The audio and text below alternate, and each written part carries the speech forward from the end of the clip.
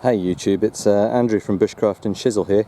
Today I wanted to do a review for one of my subscribers, the Real 111T. We were having a bit of a discussion about mess kits versus canteen kits on one of my previous videos, so I mentioned that I was going to do a review of this at some point, but this is more of my kind of canteen kit than mess kit really, I suppose.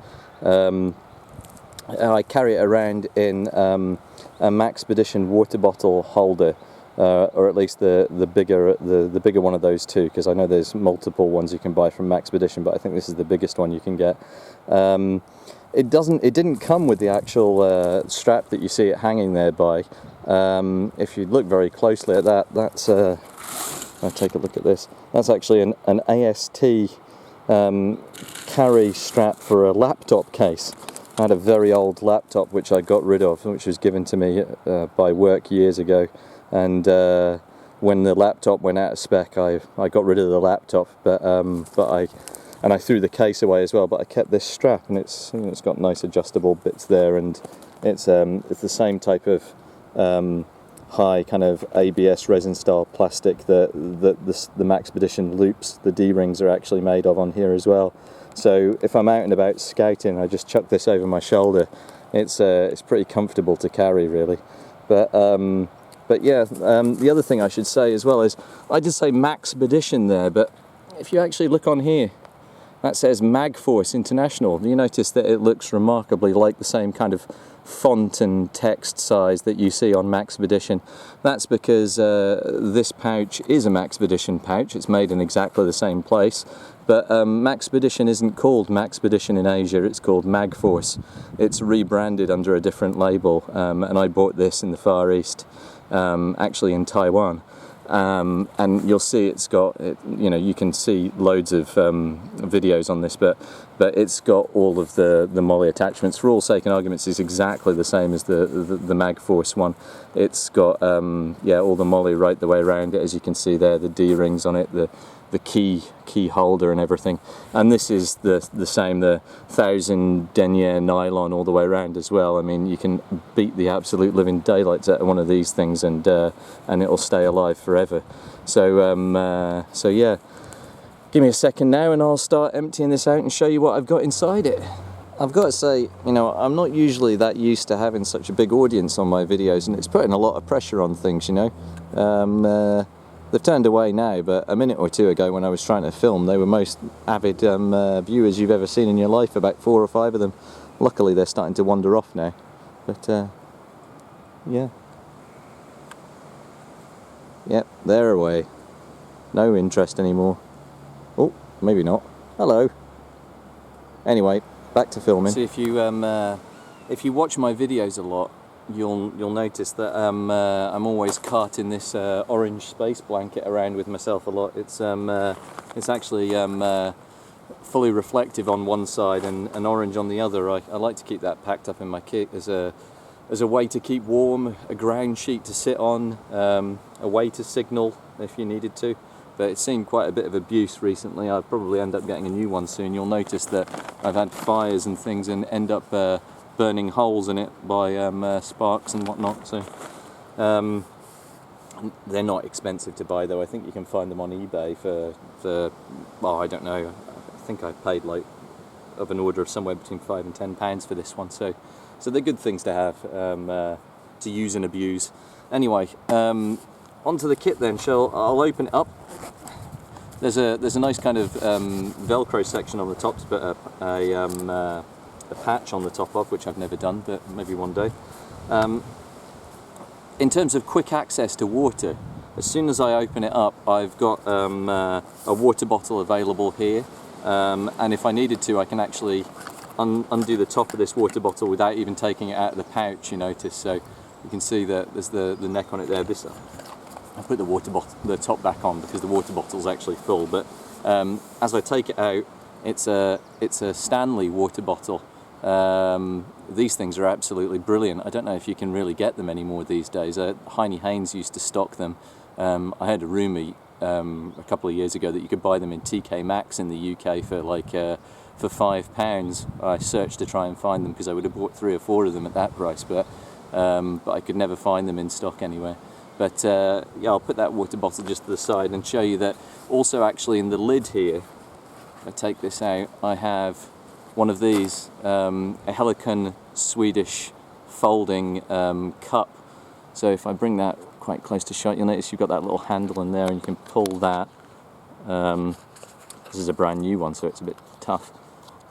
You pull that out and then you've got a cup that folds up to pretty much full size. That's a pretty useful thing to have. I'd use this as having a coffee out of as I'm walking around. So, and then when you're finished with it, you can just fold it back in again and it collapses down to that size, which incidentally fits just perfectly actually in the lid of the water bottle holder and sits just there.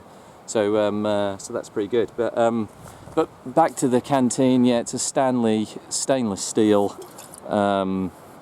You can see on the bottom here, if I move it into focus, I think it's a 0.95 litre or 32 ounce. Yeah, it's not so good for water for purification, because 0.95 litres is not 1 litre, and in Europe you tend to find most of the sterilisation tablets you get are for 1 litre of water. I would hope that if you dropped one into 0.95 litres of water, you just got that much more sterile water and you didn't get poisoned. But I've never really tried sterilising in this bottle before, and in fact I haven't. You'll notice by the fact that it's not very worn at the bottom, I haven't tried using this bottle in anger yet. So I've just been concentrating on my old British Army mess kit and my Yugoslavian mess kit. But yeah, there's no reason why this vessel couldn't be used to sterilise water with, and at some point in the future I'm sure I will. Thing to say about this water bottle, which makes it kind of cool, is that you can flip off the top there, and then you've got a water spout that you can just drink from. It's just a you know, reducing the actual the aperture of the bottle a little bit so that it's more easy to drink out of without pouring it all over yourself, which is quite a good thing. The other thing that I thought about as a possibility is, you notice that it's you've got this fabric here as well that holds it. This I guess that's nylon that holds the cover of the lid to the neck. You can also take the whole thing off in one go, and once you do that, you've then got a wide-angled neck on there, which is really good for filling it up from streams and things like that. So you can see I've got my water in there almost up to the brim. I don't know if I can show you this, but you can see the weld on the actual inside of the bottle is pretty good. So it's I think this will take a lot of heating over the fire before you would ever have any issues with it. So incidentally, I've contemplated the idea of actually using the lid as a cup, but the volume inside there is not very much. It's certainly less, I think, than the Helican cup, the Swedish folding cup. So if I put that back on there. So yeah, I have that. I should put down here. I had the Helican cup, which I already showed you here. And if I delve deeper in here, at the bottom of the water pouch, I'm just nestled quite snugly in here. I'll get my fingers around it.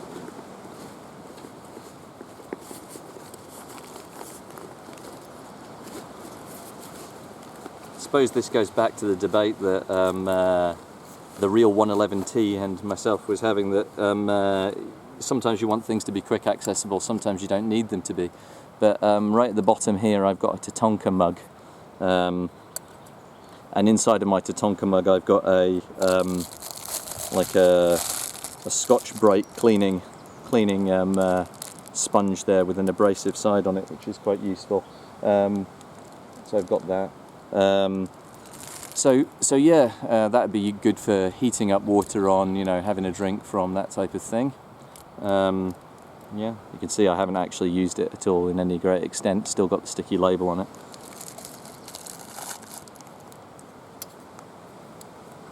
If I fold that up, I can put that down here as well. So there we go, you can see that's everything in there empty. There's a drain hole right at the bottom as well, so that if you're walking through serious rain, it will drain out there. So that's good. And then there's a front pouch on here as well, so if I unzip that I'll show you some of the stuff in there. Now, mainly a brew kit really. I've got some all-in-one Nescafe. I don't really drink tea, but I've got a lot of coffee, so it's two of those coffee sachets. I'll put those over here so they're out of the way. I've got a third coffee sachet here as well, jammed in there. There we go. I have the Pathfinder bottle holder, so that I can use this to. It's like if I can squeeze this off here. There we go. That just goes inside of your bottle, and so you can hang it then on top of a fire, and you can pick the bottle up if you're using the bottle as your heating device. So that's quite a useful thing to use. You can find plenty of videos about this on Dave Canterbury's channel. This is one of his kind of ideas. So it works just as well on the Stanley bottle as it would on any bottle like that. So I'll put that in here. Right, and for eating with, I actually bought two of these along. I've always carried in here, and I've had this for quite some time now, even before I had the pouch, a CRKT, Columbia River Knife and Tool, the Eaton tool that they do. You can buy these online nowadays for about, I think the going rate on them is about £6, but spectacularly, here's one that looks remarkably similar that's not branded as CRKT. Oh, I don't know if I can get them both in the same shot at once there. There we go, let's have a go about that. These two tools are nigh on identical, but this one I think was £1.99 in Maplin of all places, like an electronics consumer electronics store in the UK. So yeah, I'm quite surprised. I would have thought CRKT had a patent on this, but in the UK you can buy the same thing for very cheap cost. Yeah. So if you actually look at them to overlap the two of them together, I can't because they've got the carabiners on them, but they are exactly the same tool. One of them with black paint and one of them without. So yep, I've got a couple of those. In the front of the pouch here, some more. I've got sterilisation tablets there. Again, as I said, to deal with 1 litre at a time. Life Systems. I think these are coming up to the end of their life. I think I've got to either use these or recycle them at some point soon. I've got some seasoning in here as well, just in case I need it, which I have pilfered from McDonald's. Some salt and some pepper, keep that to hand if ever I need to use it on stuff. And then, as you've seen many a time before, I have just an ordinary Bic lighter with a inner tube, a bicycle inner tube, or a ranger band as they sometimes call them, around the outside. For when the weather's really wet and I can't get a fire going, I get this ranger band going and it will burn like blue blazes. I haven't actually checked to see whether this is actually working. Yes. So that's good. And then the last thing, which I keep in the little pouch here, is just, so this is almost like a one, oh, it's a bit dusty, just as a spider cotoneaceous I keep in here as well, just so that if I just grab this kit and it's the only thing that I have with me when I'm out and about walking, I've got at least one cutting tool on me. And spider cotoneaceous is an awesome tool. Notice I didn't go for the serrated one. I'm not really a fan of serrations. I find them much too hard to sharpen. So, not that you ever need to sharpen a Spyderco to begin with. They're always usually razor sharp. You know, this is so sharp you can cut atoms with it.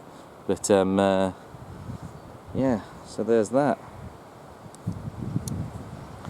So yeah, I hope this has been of some use to you. I'll end up showing a field test of this at some point, or cook with it at some point soon. So yeah, thanks for watching.